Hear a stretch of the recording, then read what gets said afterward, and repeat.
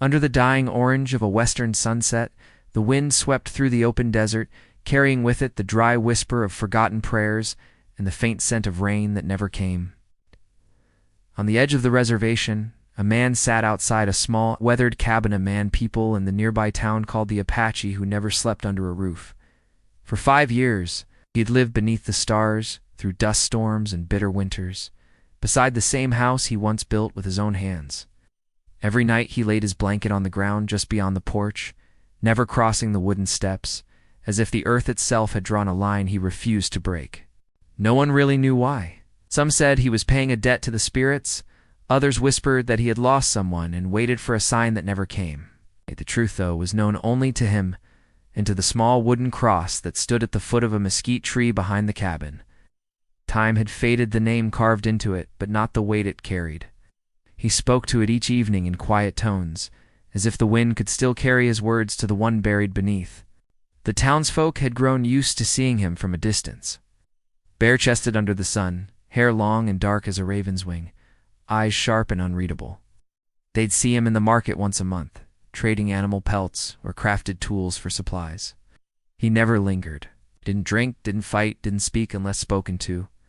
Yet there was something about him, something that made even the roughest ranchers lower their voices when he passed. A quiet kind of strength, sadness that clung like a shadow. One evening, as the air turned cool and the horizon began to fade into violet dusk, a figure appeared on horseback. The woman rode cautiously, her posture tense, her dress coated in trail dust. She had the look of someone who had been searching for too long.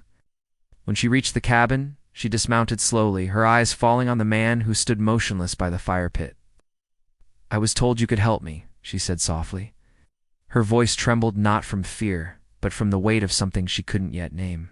He didn't answer right away. He studied her, the way her hands shook slightly as she held the reins, the way she avoided looking at the cross behind him. Then finally he nodded toward the fire. "Sit," he said simply. She hesitated, then did as he asked. The silence between them stretched, broken only by the crackle of the flames and the cry of a lone coyote in the distance. "You've been here a long time," she said after a while. 5 years, they say. He didn't respond. "They say you don't sleep inside," she continued. "That you're waiting for something." "I'm not waiting," he said quietly. "I'm remembering." The words lingered in the air, heavy and unspoken. The woman's gaze drifted to the cross. She didn't ask who it belonged to. She didn't need to. Instead, she looked back at him, her expression softening. "Then maybe I came to the right place." Her name, he later learned, was Elise. She had come from the north, following rumors of a man who once saved a family lost in the desert, a man who vanished afterward, leaving behind nothing but a legend. She said she was looking for her brother, a soldier who had gone missing after the last raid near the border. All she had was a half-burned letter and the name of the Apache who might have seen him. He could have turned her away. He'd done so with others before, treasure seekers, reporters, wanderers, chasing ghost stories. But there was something in her voice, something raw and unguarded, that stirred the silence he'd kept for years. So he stayed by the fire, listening. She told him how the soldiers had crossed into forbidden land, how the storm had scattered them, how no one ever returned. Her brother's name caught in her throat when she spoke it, and for the first time in years the Apache looked directly into someone's eyes and saw his own grief mirrored back. When the night deepened, she asked him the question everyone else was too afraid to. "Why do you stay out here?" He stared at the horizon, where lightning flickered far away over the mountains. "Because inside those walls," he said, "I can still hear her voice." The woman didn't press. She only looked toward the cabin, her heart tightening as she imagined a voice once filling its emptiness. The wind grew colder, and she pulled her shawl close. Above them, clouds gathered, heavy and restless. A storm was coming, the first in months. By dawn, the wind had turned fierce. The desert sky burned gray, and thunder rolled across the valley. The Apache rose from where he had slept by the dying embers of the fire, his instincts alert. He glanced at Elise, who was still resting by the cabin wall, her face pale, hair tangled from the night wind. She stirred when he approached, blinking at the gathering storm. "Is it always like this?" she asked. He shook his head. "No, the desert remembers. When it cries, it means something's changing." She stood, brushing the dust from her dress, her eyes fixed on the horizon. Then maybe change is what we need. He looked at her for a long moment before turning toward the cross again. The rain began to fall, gentle at first, then harder, washing over the dry ground, seeping into cracks that had waited too long for water. The sound filled the air like a hymn. When the first flash of lightning struck nearby, the woman startled, her hand instinctively reaching for him. He didn't move, didn't speak. He just watched the rain hit the grave, watched the earth soften around the place he had guarded for half a decade. Then, almost to himself, he whispered something in Apache, a word that meant forgiveness. The woman turned to him. "What did you say?" He looked at her then, his expression unreadable. "It's time," he said. "For what?" He didn't answer. Instead, he walked toward the cabin, the same threshold he hadn't crossed in 5 long years. His bare feet sank into the mud as the rain poured harder, soaking his hair, his clothes, washing away the dust of countless days beneath the open sky. Elise watched, frozen, as he reached the steps. For a moment, he stood there, breathing deeply, as if drawing courage from the storm itself. Then, slowly, he placed his hand on the doorframe. The wood creaked under his touch. Thunder cracked above and she flinched, but he didn't. His eyes closed. When they opened again, they were filled with something fiercer, decision long delayed. He turned to her. "Should come inside," he said. "I thought you didn't. Not tonight," he interrupted softly. "Not anymore." She hesitated, then stepped forward, following him through the rain. The door creaked open, revealing the shadowed room within. The air smelled of old wood and memory. And there, just inside the doorway, she saw what had kept him away for so long, a child's carved toy, untouched on the floor, and a blanket folded neatly by the hearth, as if waiting for someone who never returned. The Apache stood motionless, rain dripping from his hair. Then, with a voice barely above a whisper, he said, "The storm has spoken." Outside, the wind howled, the desert trembled, and the grave behind them darkened under the rain. Inside, the air shifted, fragile and sacred, as if the past itself was breathing again. And as lightning flared across the sky, Elise realized that whatever had bound him to the earth for 5 years had finally begun to break, but with it came something far more dangerous than she could have imagined. The rain had not stopped since that night. It came and went in quiet bursts, the sky heavy with secrets the land had waited years to tell. The Apache sat beneath the porch, silent, watching the drops gather in the dirt, tracing small rivers that vanished into the thirsty earth. Inside the cabin, Elise moved carefully, her steps echoing in the stillness. She had lit a small fire to dry her clothes, though the warmth felt like an intrusion in a place that had forgotten what comfort meant. She looked around and saw traces of another life. A faded blanket folded neatly on a wooden chair. A woman's hair comb still resting on the table. A rusted lantern that had once lit soft evenings of laughter. Everything felt untouched, as if time had stopped the day something was lost. She wondered how a man could live so close to his pain, night after night, for 5 years. The Apache didn't speak much that morning. His face was unreadable, but there was something in his eyes, a distant ache that had nothing to do with the storm outside. Elise wanted to ask, but she knew better than to pry. She sensed that whatever held him there was deeper than grief. It was a promise, one made to the earth, to the spirits, to the woman whose name was carved on that wooden cross. When the rain softened to a drizzle, he finally stepped inside. The moment his foot crossed the threshold, the air shifted. The house creaked softly, as if exhaling after a long silence. Elise turned to him, her expression uncertain. "You haven't been in here since," she began, but he stopped her with a glance. "Since the night she left," he said. Elise felt a chill that had nothing to do with the cold. She watched him move through the room, his hand brushing over the table, the chair, the walls, every surface layered with memory. His touch was gentle, almost reverent. Then he stopped near the fireplace, where the carved toy still lay.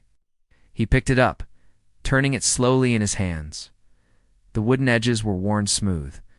It was the shape of a small bird, its wings spread, caught forever in flight. "She carved this," he murmured. "Said it would remind me that freedom is not about leaving, it's about remembering who you are." Elise didn't answer. Her throat tightened as she watched him set the toy back down with care. Outside, thunder rolled again, distant but growing closer. Who was she? Elise finally asked. He hesitated. She was my wife, he said quietly. Her name was Nita. The name seemed to linger in the air, soft and haunting. Elise lowered her gaze. And the child? Which? She asked, almost whispering. His jaw tightened. Oh, our son. The silence that followed was heavy. She didn't ask what happened. The answer was there, in the way he stood, in the stiffness of his shoulders, in the way he couldn't quite look at the fire. She knew loss when she saw it. It had followed her across every mile of her own journey. After a while, he spoke again, his voice low. The storm that took them was like this one. Ow. It came without warning. The river rose fast. I tried to reach them, but the water was stronger. When I came back, the cabin was gone. Only the earth remained. He paused, his eyes far away. When the land gives, you listen. When it takes, you wait. That's why I stayed outside. The earth took what was mine. Couldn't step on it again until it gave me a sign. Elise's heart ached. There was something sacred in his words, something that tied grief to faith in a way she had never known. And now, she asked, do you think this storm is your sign? He looked at her then, the flicker of the fire reflecting in his eyes. I don't know. But the spirits are restless. Maybe they're telling me it's time to walk again. Outside, the wind howled louder. Elise moved closer to the fire, uneasy. Walk where? He didn't answer right away. Instead, he crouched near the hearth, adding wood to the flames. The light danced across the walls, revealing faint markings carved into the wood symbols she didn't recognize. He followed her gaze. Old words. He said, prayers for my people, for protection, for remembrance. She reached out, tracing one with her fingers. You believe they still hear you? He gave a faint smile. Spirits always hear. It's people who stop listening. The storm raged on through the day. By evening, the wind had calmed, but the tension between them hung heavy. Elise had questions about the soldier she'd come looking for. About how this man fit into the story. But she could sense the moment wasn't right. He had opened the door to his past, but not yet to his truth. As night fell, he stepped outside again, standing in the rain-soaked earth. The clouds were thinning, and a thin crescent moon broke through. Elise followed quietly, her boots sinking into the mud. What are you looking for? She asked. He stared toward the distant hills. When the storm passes, it leaves signs. Broken branches, shifted stones, tracks washed clean. Nature speaks. You just have to understand what it's saying. She wrapped her shawl tighter, shivering. And what is it saying now? He turned to her, his face unreadable. That nothing stays buried forever. The words sent a chill through her. She glanced toward the grave behind the cabin, half covered in rainwater. The cross tilted slightly.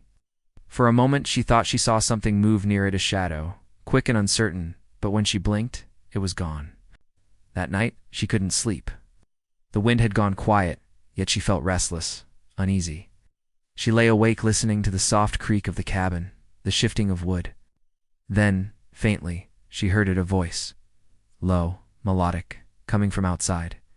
The Apache was singing. The words were in his native tongue, a song that rose and fell like the rhythm of the earth itself. She didn't understand the meaning, but she felt it a sorrow that reached deep enough to stir her own pain. When dawn came, she found him sitting by the grave. The storm had washed everything clean, and the desert smelled of renewal. She stood beside him, unsure what to say. Finally, he broke the silence. There's a place in the mountains, he said. A crossing near the canyon where your brother's unit went missing. I'll take you there. Elise blinked in surprise. Why? Because the storm brought you here. That means the spirits have spoken. So maybe helping you will help me too. She wanted to argue, to tell him she didn't want to burden him, but something in his voice stopped her. It wasn't pity, it was purpose, the kind that only comes after years of silence. They packed lightly, dried meat, water skins, a small pouch of herbs. Before leaving, he knelt by the grave, pressing his hand to the earth. Watch over us, he whispered. Then he rose, and for the first time in 5 years, he turned his back on the cabin. As they walked, The land stretched endlessly before them. Golden plains scarred by old trails, silent mesas watching like sentinels of stone. The wind carried the smell of sage and the distant echo of thunder. Elise followed him closely, her thoughts swirling. She still didn't understand what she had stepped into, but she knew this journey was more than just about finding her brother. There was something binding their fates now, something the desert itself seemed to know. They reached the edge of the valley by nightfall. Sky burned crimson, fading into deep indigo. He stopped suddenly, raising a hand for her to pause. "Do you hear that?" he whispered. She strained her ears. At first there was only silence. "Yeah, deal." Then faint, rhythmic, deliberate the sound of drums. Not from the wind, not from thunder, but from somewhere beyond the ridge. Her breath caught. "What is it?" He didn't move. "And it means we're not alone." Elise's pulse quickened. The air felt charged, the kind of stillness that comes before revelation or danger. The Apache's expression hardened as he looked toward the dark horizon. "The storm may have passed," he said quietly, "but its message isn't done yet." And with that, they pressed forward into the deepening night, where the echoes of the drums waited to reveal what neither of them were ready to face. The sound of drums grew louder as they approached the canyon. Each beat carried through the dry air, echoing against the stone walls and blending with the wind that swept through the desert. Elise followed the Apache carefully, her steps light but uncertain. The ground was uneven, and the shadows from the rocks twisted around them like living things. She could feel her pulse quicken, the rhythm of the drums almost matching her heartbeat. They stopped near a cluster of old mesquite trees. The Apache crouched low, studying the tracks in the dirt. His fingers brushed over faint impressions boot prints, partially washed away by the rain. "Soldiers," he said quietly. But not recent. Elise knelt beside him, trying to see what he saw. To her it was just earth, scattered with stones and grass, but he could read the land like a story. "You think they were my brother's unit?" she asked. He nodded slowly. The rain uncovered what the wind tried to hide. "They came through here." Then turned toward the canyon. She looked ahead. The canyon rose like a scar in the desert, its red walls glowing faintly under the moonlight. "Then that's where we go," she said, her voice trembling slightly. The Apache glanced at her. "Not yet." "The drums mean someone's still here. Who?" He didn't answer. His eyes scanned the horizon, searching for movement. The wind shifted, carrying with it a faint scent of smoke. He motioned for her to stay close. "We watch first," he whispered. They climbed a rocky ridge overlooking the canyon floor. Below them, in the distance, a small fire flickered among the stones. Figures moved around it, 3, maybe 4. Elise squinted, her breath catching when she saw what they were wearing. Military coats, torn and weathered. One man leaned heavily on a crutch. Another stood guard, rifle in hand. "They're soldiers," she said softly. "They're alive." The Apache shook his head. "It's not all of them." She frowned, not understanding. Then she looked closer and saw it. The stillness of 2 figures lying beside the fire, covered with blankets. She pressed a hand to her mouth. "What happened to them?" "Desert," he murmured. "It tests everyone. Some pass. Some don't." Elise wanted to run down there to call out her brother's name, but the Apache stopped her with a firm hand. "If your brother is there, we'll find out when it's time. But rushing in means death for both of us." They stayed hidden, watching. Hours passed and the fire below dimmed. The men moved sluggishly, their faces gaunt, their clothes tattered. They looked lost, not just in the desert, but in themselves. At dawn, the Apache finally moved. "We go now," he said. They descended the ridge quietly, following the narrow path that led to the canyon floor. The air was cool, heavy with the scent of damp rock and wild sage. As they neared the camp, Alyssa's heart pounded. She couldn't tell if it was hope or fear guiding her steps. When they reached the clearing, the fire was cold. The men were gone. Only footprints and ashes remained. Elise knelt, picking up a fragment of cloth. It was blue, frayed and stained with blood. "This belonged to him," she whispered. "I remember this pattern. My mother sewed it before he left." The Apache studied the ground. They moved east. Toward the old mine, he pointed, toward the ridge in the distance. "Long ago, soldiers came for silver. but the ground there is cursed. The people say it swallows men whole. Elise's voice trembled. And then why would they go there? Because they didn't know better, he said. They began walking again, following the trail. As they moved deeper into the canyon, the walls closed around them, high and steep. The silence pressed in, broken only by the whisper of the wind. Elise couldn't shake the feeling that they were being watched. Midway through the path, the Apache stopped suddenly. He knelt again, tracing something in the dirt. More tracks, he said. But not soldiers. Different weight. Different stride. Elise leaned over. And who? He looked up at her, eyes narrowing. Hunters. Her stomach tightened. You mean your people? He hesitated, then said quietly, not mine. Outsiders who wear our symbols but follow no spirit. They hunt for gold, bones, anything that pays. They have no honor. The realization hit her hard. So they could have found the soldiers, or what's left of them, he said. They pressed on, the air growing colder as shadows deepened around them. The path narrowed until they had to move single file, the walls brushing their shoulders. The Apache led with sure steps, his movements silent and deliberate. Elise followed close, her breath quick and shallow. Finally, they emerged into a wide clearing. The old mine stood before them, a gaping hole in the rock, framed by broken beams and rusted tools. A faint metallic smell hung in the air. Elise felt a chill crawl up her spine. This place feels wrong, she whispered. It is, he said. The ground here remembers too much blood. He moved ahead, scanning the area. Elise stayed near the entrance, her eyes darting between the shadows.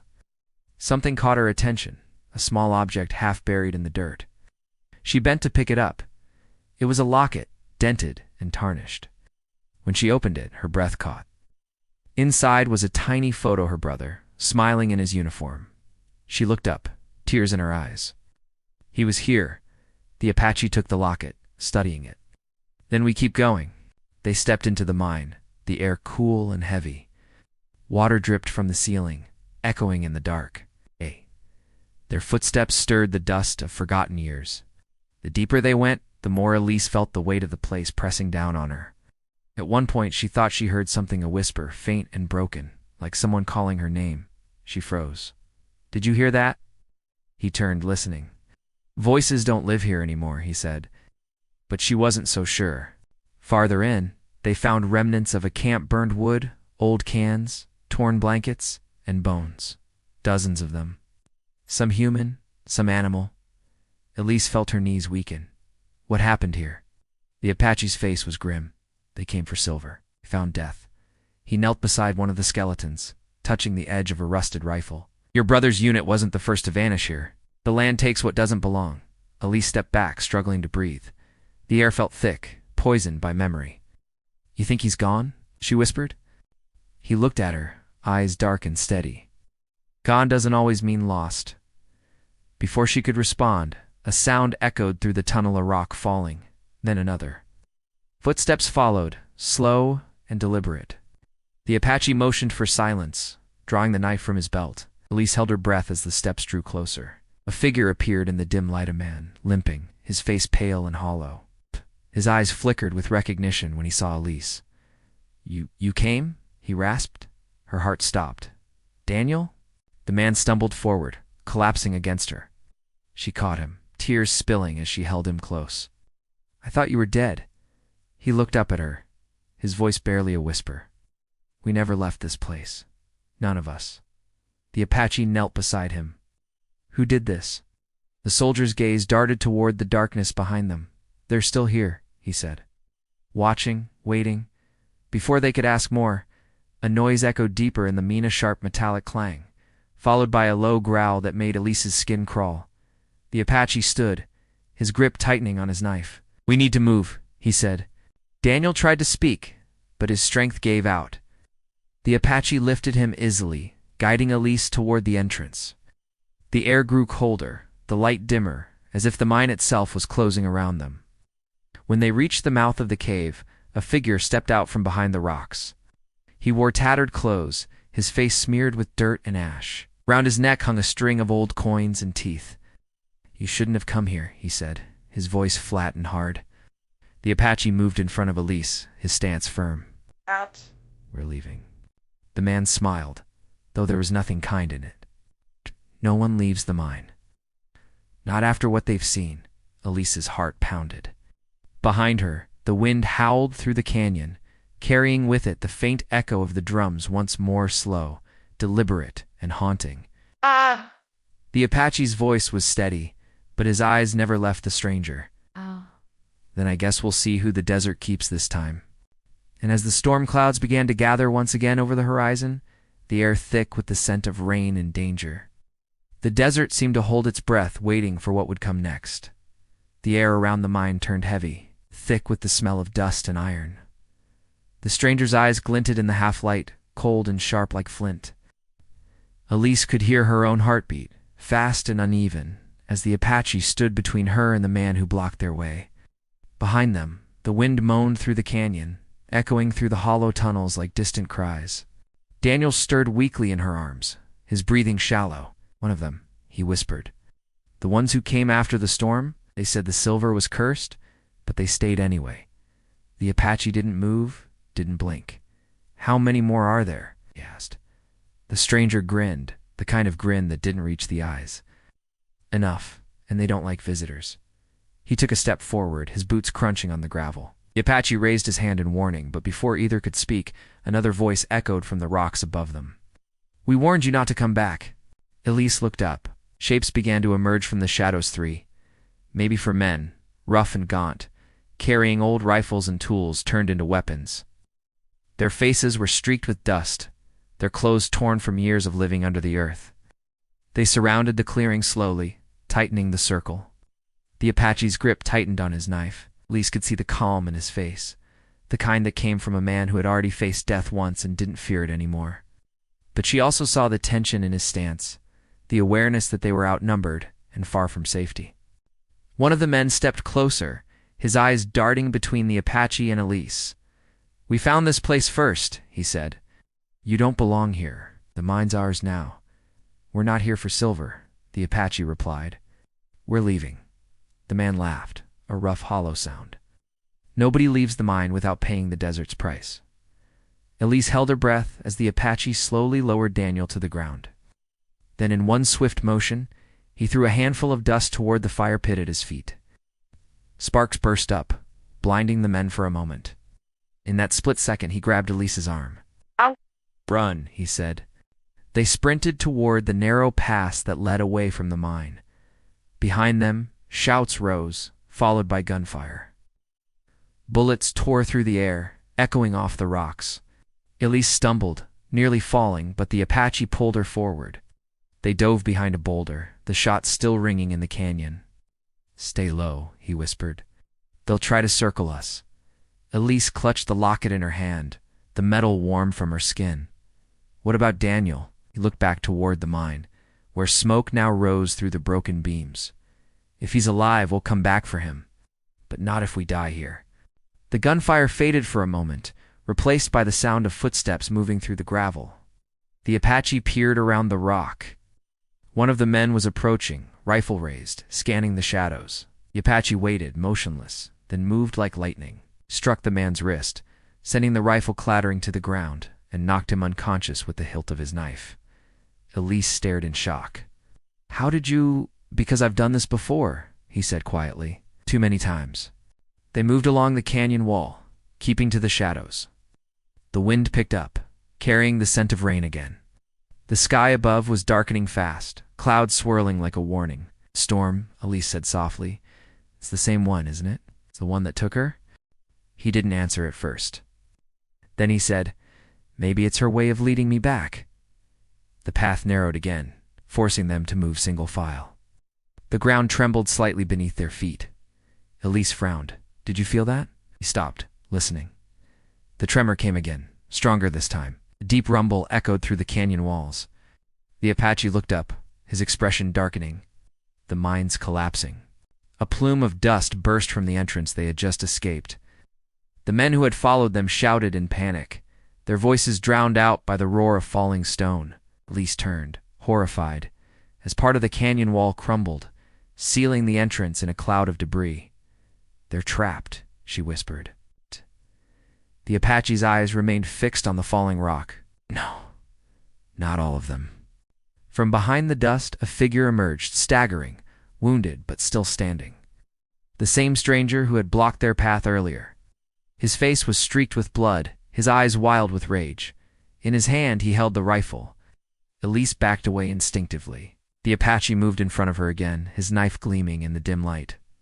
The man raised the gun, his hand trembling. "You should have stayed in the desert," he growled. "You and your cursed ghosts." Before he could pull the trigger, a sudden flash of lightning struck the ridge above them, followed by a deafening clap of thunder. The blast startled him, and the shot went wide, ricocheting off the stone. The Apache lunged forward, tackling him to the ground. They struggled in the mud, the rifle slipping from his hands. Elise could only watch as the two men fought, desperate, primal. The Apache's strength was steady, controlled, but the stranger fought with madness in his eyes. They rolled near the edge of a shallow ravine, rain pouring harder now, turning the ground slick. The stranger swung a broken piece of wood, striking the Apache's shoulder. He staggered, but didn't fall. Instead, he countered with a sharp blow that sent the man crashing backward into the mud. The rifle lay between them. Both reached for it at the same time. Elise shouted, her voice lost in the storm. The wind howled, the rain fell harder, and somewhere in the chaos, another shot rang out. The echo lingered, then silence followed, broken only by the sound of rain hitting the earth. When Elise ran forward, the Apache was standing, breathing hard, his chest rising and falling with exhaustion. The stranger lay motionless at his feet, his eyes open but empty. The rifle was buried halfway in the mud. Elise trembled, unsure whether to speak. The Apache turned away from the body, his face unreadable. "We can't stay here," he said. They moved again, climbing toward higher ground. The rain fell in sheets, drenching them completely. Elise's legs ached, but she kept going, driven by something she didn't fully understand. When they finally reached a small plateau overlooking the valley, they stopped to rest. Below them, the desert stretched endlessly, shimmering under flashes of lightning. The mine was now a dark scar in the distance, smoke still rising faintly. Elise sat on a rock, clutching her locket. "He's still down there," she whispered. "Daniel?" The Apache looked out toward the canyon, silent. His eyes followed the path the storm was taking, as if reading something in its movement. "He's not gone," he said finally. "But if we go back now, the desert will take us too." She turned to him, tears mixing with the rain. "You can't ask me to leave him," he met her gaze. "I'm not asking. I'm telling you what the land is saying." Lightning lit the sky again, revealing his face tired, scarred, and heavy with things left unsaid. "You think I don't know what it means to leave someone behind?" he said quietly. "I spent 5 years sleeping beside a grave because I couldn't accept what I lost." Elise's voice broke. "Then you understand why I can't." He looked away, jaw tightening. "Understanding doesn't make it easier." They stayed there for a long time, watching the storm rage across the valley. The wind carried the smell of wet earth and something else smoke, faint but growing stronger. The Apache rose suddenly. "The fire's spreading," he said. The storm lit the dry brush. "If we don't move now, we'll be trapped." They began descending the far side of the ridge, following a dry creek bed. The flames glowed faintly behind them, flickering through the rain. Elise stumbled once, catching herself against a rock. "Oh, how much farther?" "Until the storm tells us to stop," he said. The wind grew stronger, almost screaming through the canyon. The rain felt colder now, sharper. Elise looked up and saw shapes in the distance, dark silhouettes moving against the lightning. For a moment she thought it was the wind playing tricks on her, but then one of them shouted a low, guttural cry. "They're following us," she said. The Apache turned. "At them," he muttered. "Others." He didn't answer. His gaze was fixed on the horizon, where the storm cloud split open with another flash of light. The thunder rolled like a drumbeat, long and deep, as if the earth itself was warning them. The ground shook again. Rocks tumbled from the ridge above. Elise stumbled back as cracks formed in the dry creek bed. The Apache grabbed her arm, pulling her close. "Move." Wait. They ran as the canyon began to crumble around them. The roar of thunder and falling stone merged into a single, deafening sound. Dust filled the air, cutting their breath short. Ahead, through the haze, Elise saw a narrow path leading toward open desert. "Go," he yelled, pushing her forward. She ran, her heart pounding, feet slipping in the mud. Behind her, she heard him call her name, a sound fierce and desperate. Then came another crash, louder than before. The earth split, sending a wall of dust and flame into the sky. When she turned, he was gone.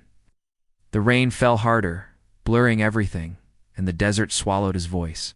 She screamed for him, for Daniel, for the truth the storm refused to give. The only answer was the wind and the endless, echoing beat of the drums that seemed to rise again from the heart of the canyon, stronger than before, calling her deeper into the storm's shadow. The storm raged through the night, swallowing the desert in a blur of thunder, rain, and smoke. Elise ran until her legs gave out, collapsing behind a rock as lightning split the sky. Her breath came in shallow bursts, her hands trembling as she stared into the chaos around her. The canyon that once stood behind her was gone, buried under a cloud of dust and falling stone. She called out again, her voice raw, but only the storm answered. The Apache was nowhere in sight. She pressed her hand against her chest, feeling the weight of the locket beneath her clothes. It was all she had left, proof of her brother, proof that this wasn't just some cruel dream spun by the desert. The rain soaked her hair, blurred her vision, and still she refused to move. She waited, praying he would appear through the curtain of rain like he always did, quiet, steady, unshaken. But the hours dragged, and the only sound left was the slow patter of rain easing into silence. By dawn, the storm had passed. The air was cool and heavy with the smell of wet earth. Elise rose unsteadily, her clothes clinging to her skin, and looked out over the valley. The fire was gone. The canyon was quiet. The world felt hollow, as if it had exhaled and forgotten how to breathe again. She made her way back down the ridge, step by step, until she reached the place where the earth had split. The ground was scorched, littered with fallen stones and broken branches. For a moment, she thought she saw movement, a flicker of shadow near the rocks, but when she drew closer, she saw him. The Apache lay half buried under debris, his skin streaked with mud and blood, but his chest rose faintly with breath. Elise dropped to her knees beside him, hands shaking as she brushed the dirt from his face. "You're alive," she whispered. He opened his eyes slowly, squinting against the light. "Should have kept running." "I wasn't leaving you," she said firmly. "Not after everything." He tried to sit up, but pain made him wince. She helped him lean against a rock, the canyon. "It's gone," he said, his voice weak. "The storm took it back." Elise nodded, looking toward the horizon. "And Daniel?" The Apache was silent for a long moment. Then he said quietly, "When the earth fell, I saw him. He was standing at the edge of the mine looking at me. The wind took him before the rocks came down." Her throat tightened. "You mean—" He looked at her, eyes steady, but full of something deeper than sorrow. "He was already gone, Elise, long before we arrived." Tears welled in her eyes, but she didn't speak. She reached for the locket again, opening it to the small photograph inside. For the first time, she noticed something she hadn't before, a faint mark in the corner of the picture.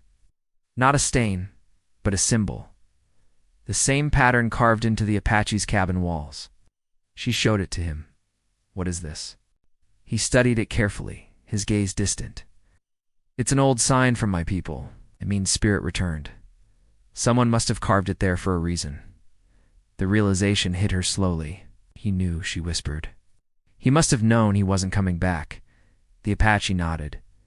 "Maybe he left it for you, to tell you not to follow him into the same darkness." For a long time they sat in silence. The desert was still, except for the soft trickle of water through the ravine. The clouds had begun to part, letting sunlight spill across the valley. Elise felt warmth return to her fingers, and with it came a strange sense of calm. After a while, the Apache spoke again. "I stayed outside all those years. I thought the earth wanted me to suffer. But it wasn't punishment. It was waiting for me to remember what I still had left." She looked at him, realizing how much those years had taken from him. "You mean forgiveness?" He nodded slowly. "Forgiveness and peace. I spent 5 years asking the land for a reason to go on. I think it finally gave me one." Elise smiled faintly through her tears. "Then maybe it gave me one too." He glanced at her, his expression softening. "You can still go home. Your brother's spirit has already found his." She looked at the endless desert stretching before them, where the wind carried both memory and promise. But not yet.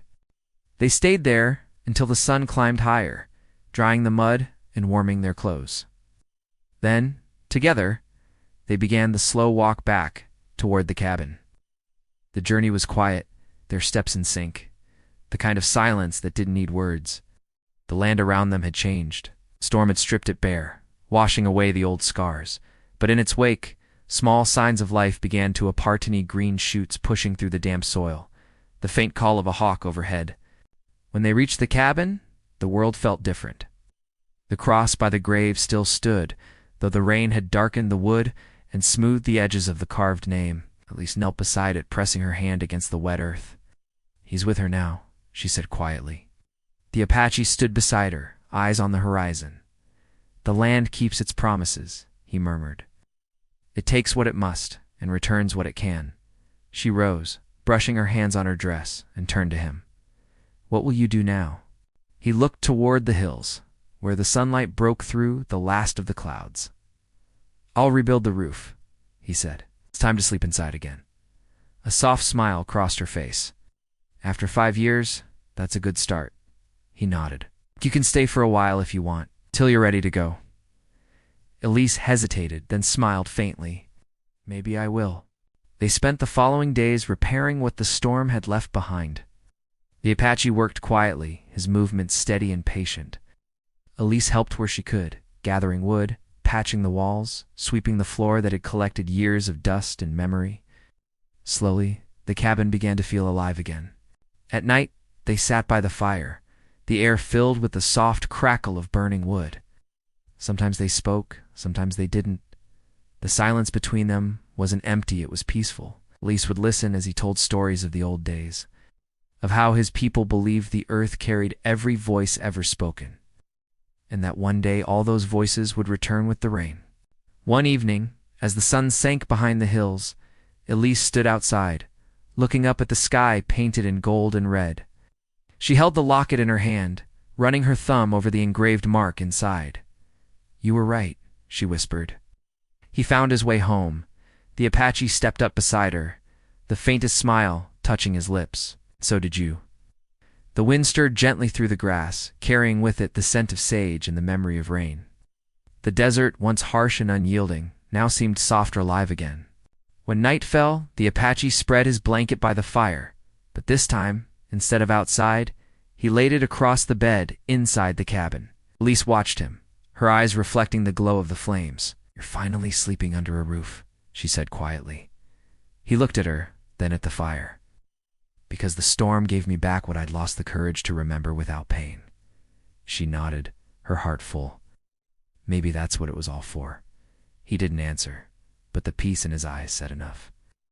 The fire burned low, and the desert outside grew still under the stars. When Elise finally closed her eyes that night, she dreamed of water running through dry earth, of seeds taking root after years of silence. And when she woke, she felt lighter, as if the weight of grief had finally found a place to rest. Days later, when it was time for her to leave, the sky was clear, the land calm. The Apache stood by the doorway, watching as she mounted her horse. "You'll find your way," he said. "I already did," she replied softly. She turned the horse toward the open plain, the rising sun at her back. As she rode away, she glanced over her shoulder one last time. The Apache stood tall by the cabin, the light catching his face, and for a moment he looked almost at peace with the world. The wind carried her forward, across the vast, endless stretch of desert. Behind her, the cabin stood like a memory reborn, its door open to the wind, its fire still burning. And though the storm had changed everything, it had also given something back a chance to begin again, to heal, and to remember that even in the loneliest corners of the earth, the heart can still find its way home.